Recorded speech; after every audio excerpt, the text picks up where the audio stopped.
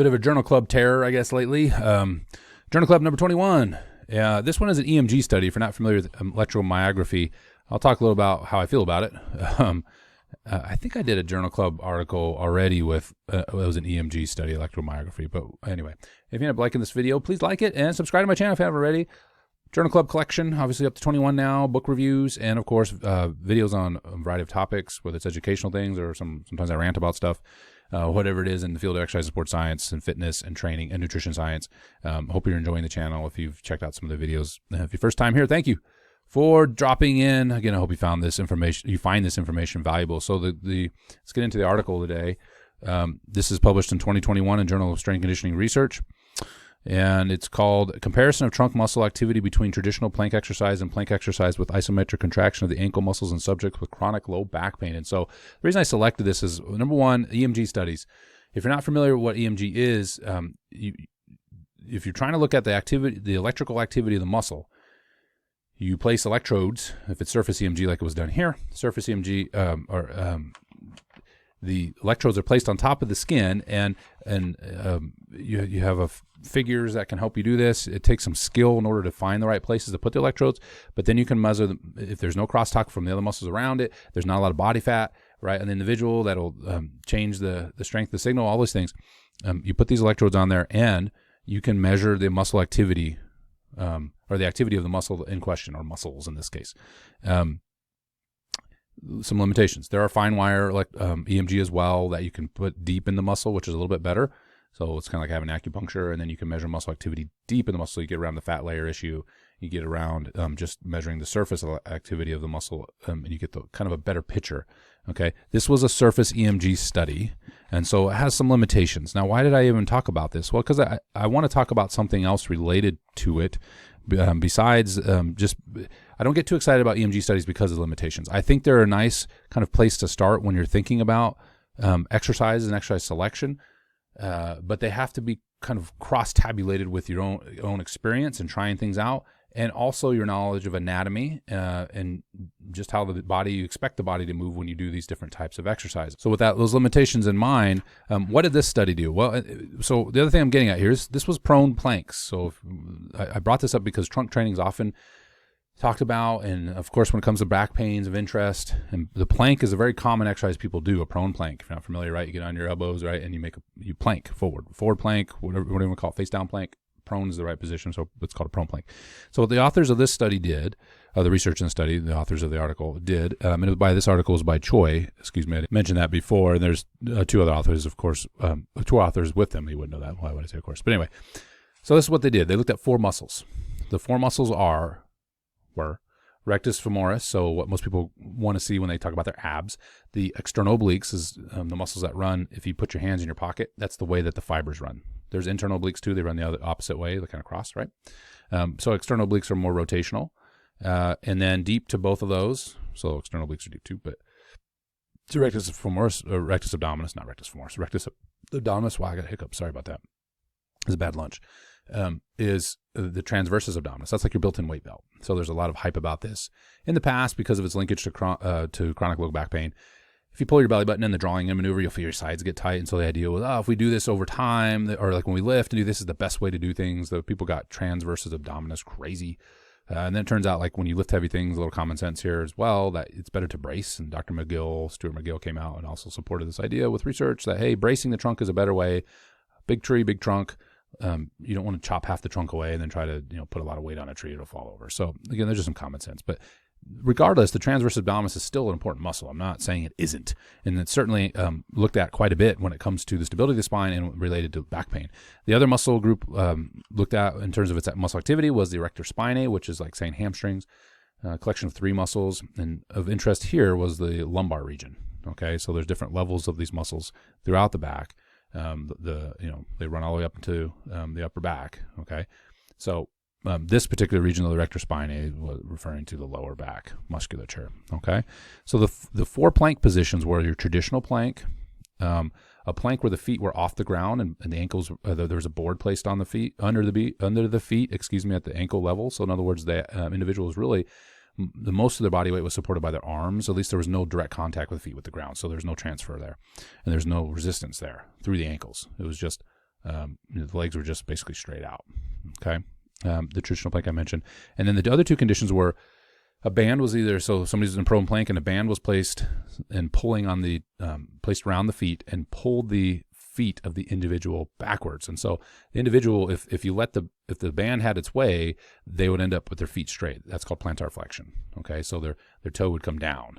Right. If this is the shin here, their toe would come down. The band was placed here and tied behind them, and so it was trying to pull their foot down, trying to put toe down, and so the individual had to resist that. And then there was the other configuration where the band was placed around the bottom of the foot, and so the individual was resisting dorsiflexion, right, pulling the toe up to the shin. Okay, so there's two different conditions. I hope that makes sense. You can visualize that. Somebody's in a plank, right? There's a band running underneath them around the bottom of their feet, and it's attached on top, above their head, and they're on the floor in prone plank, but that band is trying to pull their feet up, right? It's trying to pull their toes into their shins, okay? And they're resisting that. Or it's behind them, and it's trying to pull their toes out so their feet would be flat, all right? And like somebody would be doing like a dive when they point their toes, right? That's plantar flexion, okay?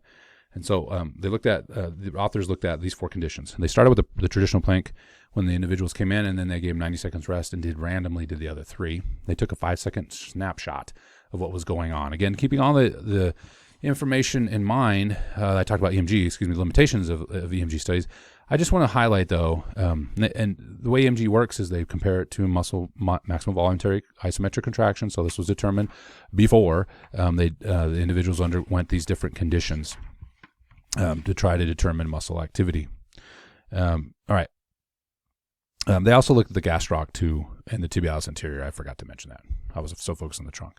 So the gastroc, obviously the back of the big two-headed monster on the back of your lower leg, and the transverse, the tibialis anterior, which is if you pull your toe up and more to the lateral side, like under your knee, you'll feel that muscle kind of bulge up, right? That's where most of the muscle mass is in that, and then it has a long tendon that runs up underneath the foot. It runs at least on the medial side of the foot under the arch area. And so, most athletes, like if you pull your toe up, they have a big tibialis anterior because of the dorsiflexion they do when they're running. I'm going to focus more on the trunk stuff. I forgot about that. I'm sorry. That was my fault, of course. But I do want to focus on the trunks information because that was a little more relevant to the study, and it leads into what I was going to talk about. I'm kind of playing off of this study, dovetail off of this. And so when these authors looked at the activity across all four conditions and what condition produced the significant amount of muscle activity as compared to the other conditions. So the one that had the most muscle activity overall, and I'm going to give more details here, was the plank when resisting dorsiflexion. Okay, so the prone plank when resisting dorsiflexion. And that condition was one where the band was tied behind, and so you're holding into dorsiflexion. I had to make sure I just wanted to look at the picture, so I made sure because the way you described dorsiflexion and how it looked a little different. But this is where the band was tied behind them, okay, trying the individuals, and the band was on top. And so if you let the band do its thing, it would put you into plantar flexion. So you're being active into dorsiflexion. You're using the tibialis anterior. You're trying to keep the toe towards your shin, while the band is trying to pull your toe away from the shin, okay?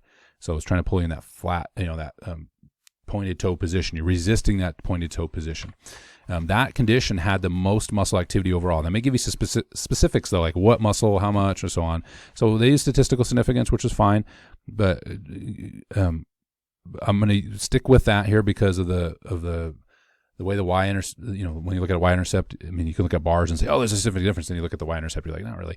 So I'm going to stick with statistical significance. So when it comes to the rectus abdominis, the muscle in the, what we usually call our abs, the statistical significance across the board when compared to the other conditions. So in other words, there's significantly more muscle activity in the dorsiflexion condition. At least, again, there's been some talk about defining statistical significance. What does that mean anymore? So it's likely that there's a difference here that's not an error. All right.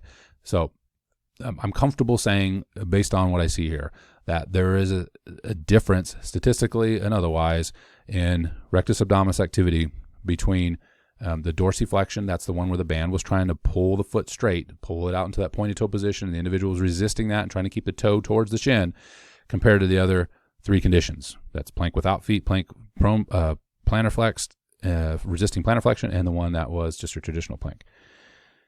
The rectus abdominis, same thing. The dorsiflexion condition was the only one that was different from the other three. The other three were not different from one another, where when you looked at the rectus abdominis activity, there was some differences where the plank and the trying to resist into pronation was lower than the other two conditions. So, and then lastly, when related to the trunk, the traditional trunk musculature is the transverse abdominis. And again, the plank where the band was trying to pull the feet straight, resisting into dorsiflexion, was significantly different than the others. Okay, erector spinae activity, there was a difference between the plank on the pronated condition versus the traditional plank. All right, what does all that mean? What's all this blah, blah, blah mean? When a band was tying around the ankles and they tried to pull their feet straight, there was more muscle activity in the trunk, especially in the traditional trunk musculature, than the other conditions. So, should you do all your planks with a band tied around the ankles and trying to pull your feet out straight? Sure. Now, this is what I want to get at, though. So many people use the traditional prone plank, and they do it poorly. Right? They get 30 seconds in and they fall on their face. The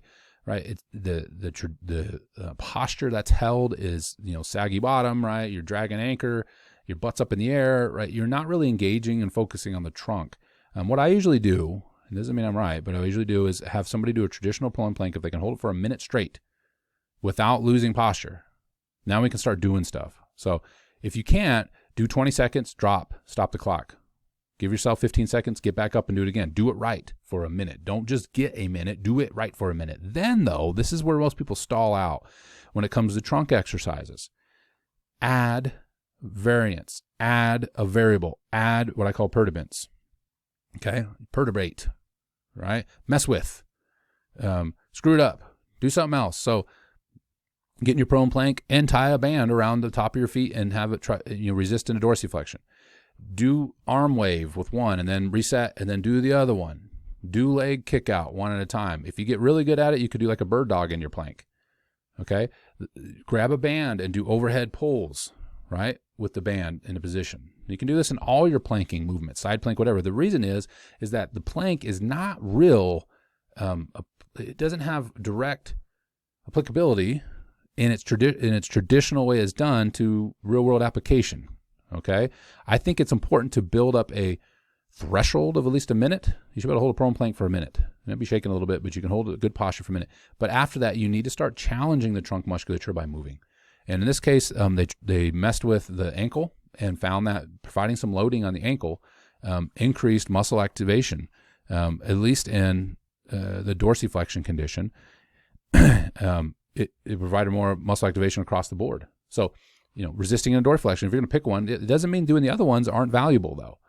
That would also be a challenge to the trunk, even though the muscle activity here was about the same across the three different conditions. It's still a different activity, okay? Because I only looked at the trunk muscles here. I didn't look at the shoulders, didn't look at other things. It's a different activity where the trunk is involved and there's other muscles involved. Because remember, the trunk works in coordination with our limbs. We don't, a lot of times we just isolate the trunk and okay, fine, you exercise muscles, but in reality, if you go reach back and pick something up out of the back of your car, you have to rotate your trunk and then stabilize your trunk while you pick that thing up and bring it forward. If you're an athlete, think about like change of direction. You have to transfer, right, what's going on in your hips up to your shoulders. Well, your trunk does that. Okay, if you're throwing a ball or an overhead athlete, your hips are transferring power and force to your arm or your racket or whatever it is. Well, where does it go through? It has to go through your trunk. And so there's a coordination between the trunk and the limbs. And many times people go to the gym, they have this disconnect that the trunk is the trunk and its own deal. It's like we do biceps and triceps, and then there's the trunk. The trunk is different. When people talk about the core, right, it's hard to define because the core is the body. Like the whole, people, I went off of the, armpits to knees for a while. That's your core. Well, in reality, the whole body's the core. It's all linked. And we, thinking about the body in more of a complete picture is valuable. Right? I think that's why you've seen the fields of chiropractic and physical therapy take off, because those professionals typically have a global view of the body rather than just saying the trunk muscles are the trunk muscles. It's like, no. The trunk muscles are a part of whole movement. So like a Pallof press for example, is a great exercise. The ab roller is a great exercise. Done properly, ball slams are a great exercise. Hitting a tire with a sledgehammer is a great exercise done properly, right? Because it's coordinating trunk control while undergoing some sort of perturbance, all right? Some sort of perturbation that's challenging the body, okay? I think I made up the word perturbance. Perturbation's real though, so I always say perturbation, right? Even your reverse hypers, leg swings. I would do all kinds of stuff with athletes, whether it's different foot patterns, jumping jack patterns, flutter kicks at the top, holds, halfway come ups. I'd put bands around them and pull on the side of their ankles to try to keep them, and I would do it randomly then at times. And sometimes I just hit their feet as they were moving around just to challenge their trunk in such a way that they didn't know where it was coming from, but the trunk had to be braced and react to what I was doing. Okay. And so that's a progression though. You don't do that day one. Day one would be just like with the plank, perfect the movement first, then you can add to it. Okay, hopefully you're seeing that. What I'm trying to get is have a progression to your trunk training. Don't just do curl ups and sit-ups. That's not how the trunk operates when we start moving around. It certainly does that movement by itself in isolation, but when we think about trunk training and building the trunk and improving our health and reducing likelihood of lower back pain, we have to think of it holistically.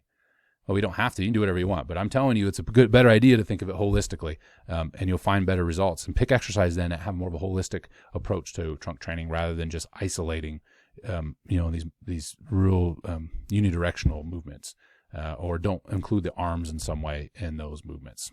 Okay, see you in the next one.